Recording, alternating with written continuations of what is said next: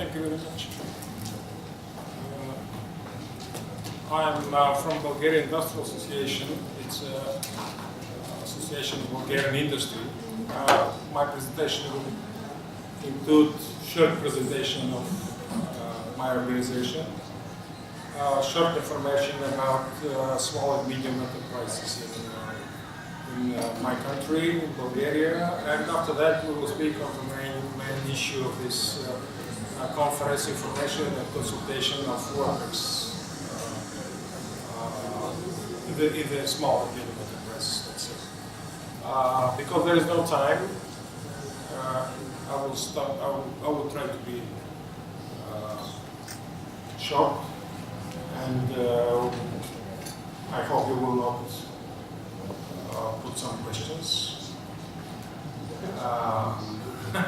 After that, maybe there will be discussion, because we should already finish it. Okay, let's start. About my organization, I'm from Bulgarian Industrial Association. It's a unit of Bulgarian business. It was founded in 1980, already 36 years ago. It's a voluntary, non-governmental organization of Bulgarian industry. Management bodies are similar to such similar organization. Our members are 136 sector organizations, 26 regional organizations, where we are covering the whole country with the regional organizations, and we have other collective members, Bulgarian Academy of Science, universities, etc. All of the organizations that are connected to industry and to innovation process. On the national level, we are participating in all of these national councils. I will not stop on every of them. The main one is National Council of Tripartite Cooperation, Council of Economic Growth, etc., in some commissions in the Parliament, in some councils, in the Ministry of Economy, and under the Prime Minister, etc. International membership, we are members of Business Europe. It's a European organization of industrial and employers organization. From Portugal, it's AIP, Associação Industrial Portuguesa, and CIP, Confederação Empresarial de Portugal. From Germany, it's the BIA and BIA. I'm very happy to the presentation of IG Metall, because 23 years ago I was on a 3-week course and seminar in Düsseldorf about the negotiating its tariff verträge and all this matter that we are speaking today. And I'm happy that Germany is favorable in this matter, and all of new member countries in Europe are looking at your experience. So that's our international relations. We have contracts with 70 national industrial entrepreneurial organizations, even with the Portugalian one. Now I will speak about state policy and some figures about Bulgarian small and medium enterprises. We have on the national level, on the governmental level, we have a national strategy for small and medium enterprises encouragement in Bulgaria. It's similar to Small Business Summit in Europe. This strategy was founded in 2001, and after that, actualization. It's every decade. There's actualization of this strategy. Now this strategy is working up to 2020. There is an act for SME'S in force in Bulgaria since 1999. Before that, there was only investment fund in SME'S by the Ministry of Economy. There is a state small and medium enterprises agency established in 1999. It was change in the executive for small and medium enterprises promotion agency in 2004. There is an encouragement bank with focus on SMEs established in 1999. Its successor nowadays is the Bulgarian Development Bank, owned and ruled by the representative for Bulgarian state. Unfortunately, there is a lack of statistical data about companies, and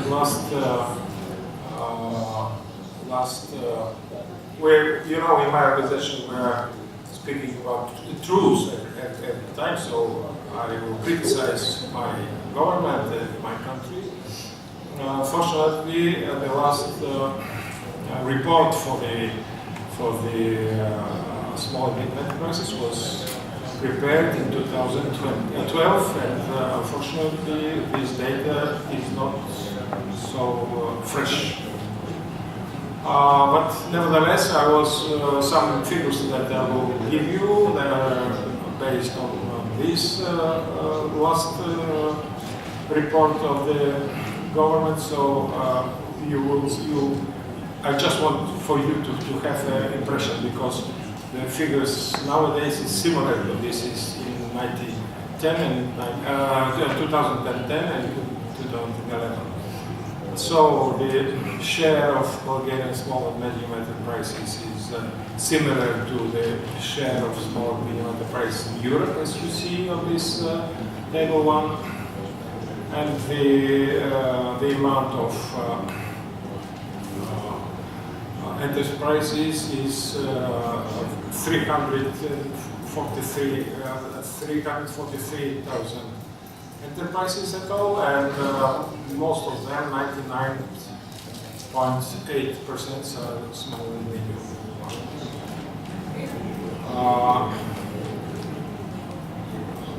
Its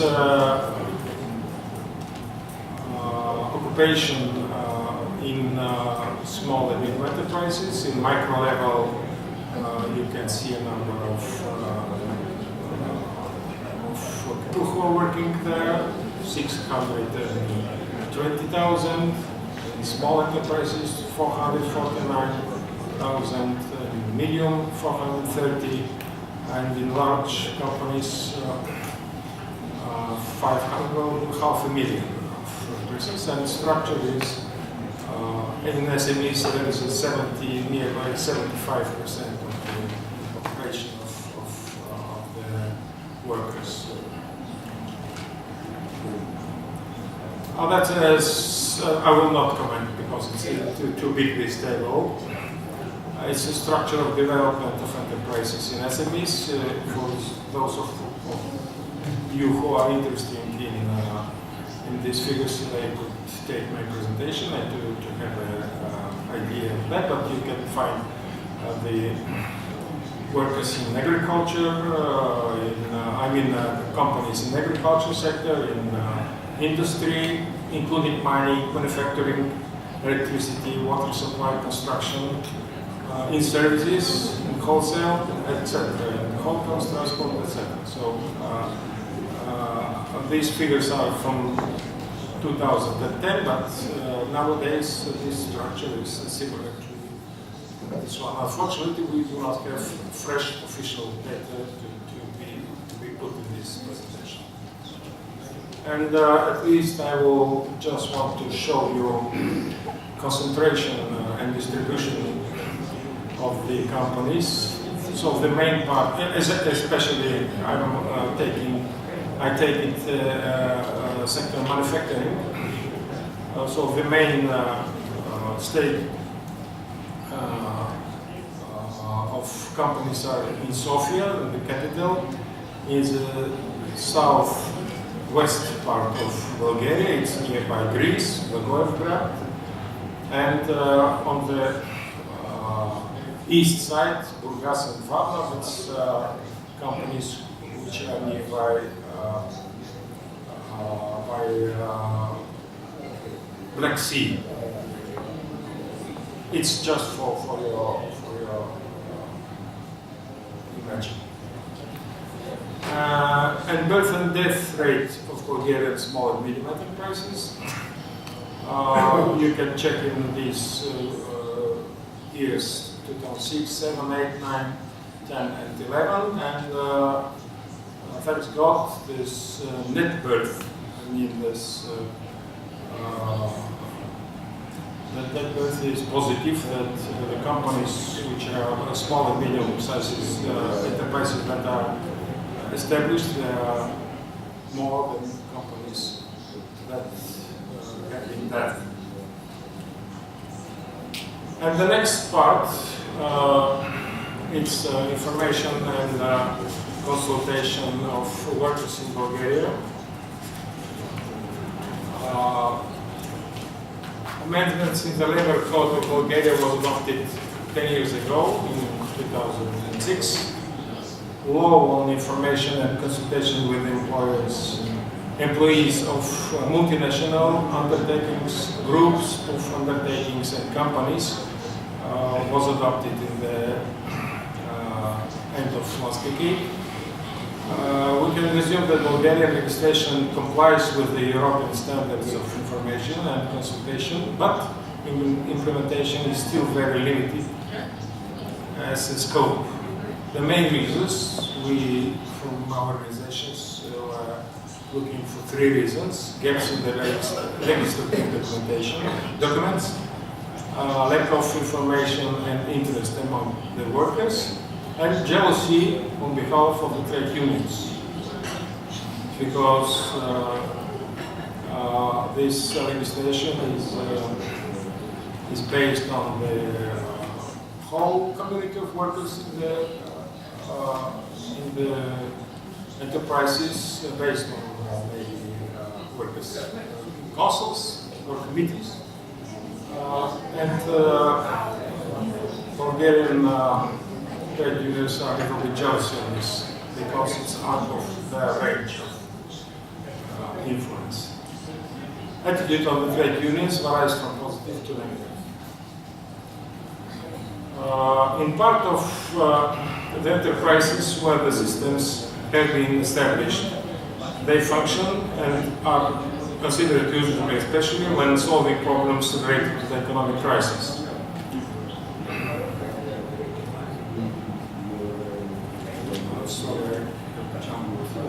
No. Yes. Nevertheless, they still lack legislative and practical mechanisms.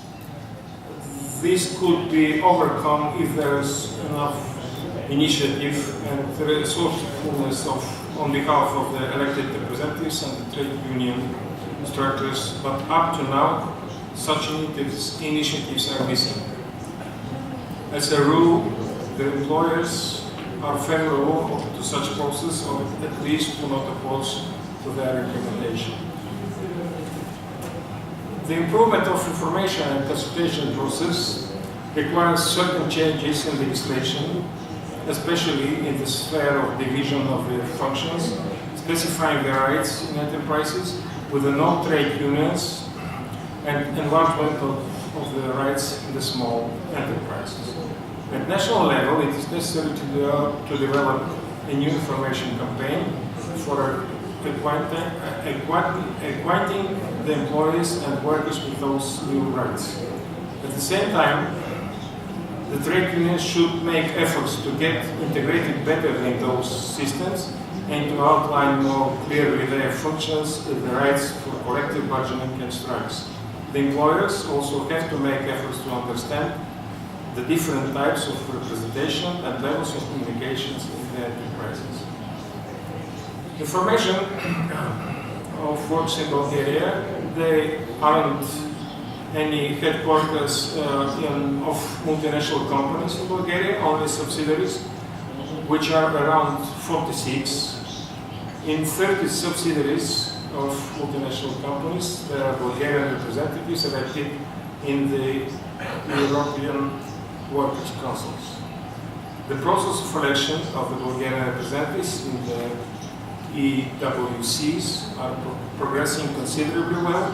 In almost half of the acting European worker consuls, which are supposed to have a Bulgarian representative. This right has been implemented. And you can see the sectors, I will not read all of them, that this is working successfully. Procedures are extended in 3 directions. Extension of these procedures for other managerial decisions of the employer in medium and large companies. Introduction of these procedures in large transnational companies of the European community. And introduction of these procedures in companies enjoying the statute of European company or European cooperative society. The Labour Code established new representatives entitled to inform workers and employers. Election of these representatives is supposed to be by General Assembly. In companies that during the past 12 months have had more than 50 people employed in average per month and more than 20 employees in organizations and economic autonomous affiliates. Part-time or temporary contract employees are included in the calculation of the monthly average number of personnel. Number of representatives up to 250 employees are 3 to 5, over 250 employees 5 to 9, and divisions, affiliates 1 to 3. Candidatures, every worker can nominate as well as the trade unions.